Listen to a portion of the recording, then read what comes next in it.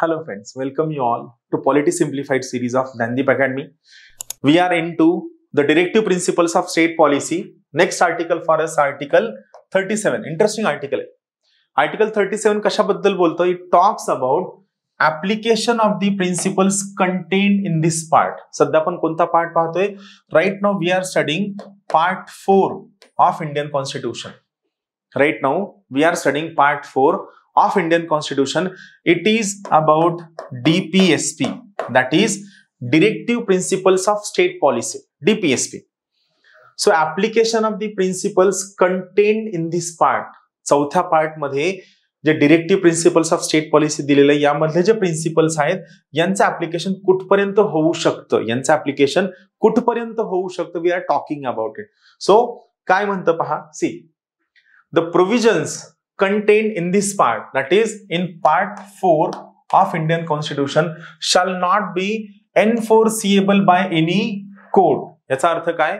Article 4 मध्ये जे सगळे प्रोव्हिजन्स आहेत they are non justiciable part of Indian constitution. They are non justiciable म्हणजे यातली कोणतीही गोष्ट इम्प्लिमेंट झालेली नाहीये, यामुळे तुम्ही कोर्टाकडे जाऊ शकत नाही.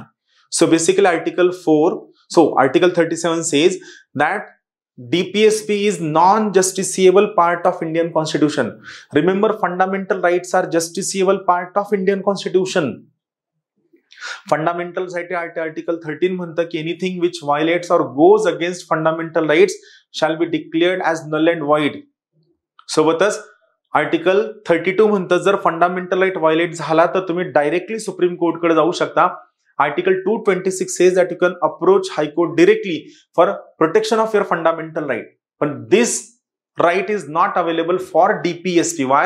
Because Article 37 expressly says that the provisions contained in this part are not enforceable by any court of law. हे कोणत्याही कोर्ट मध्ये enforceable नाही, non justiciable आहे.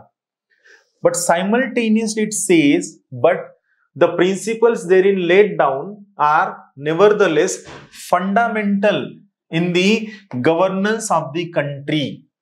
याचा अर्थ काय?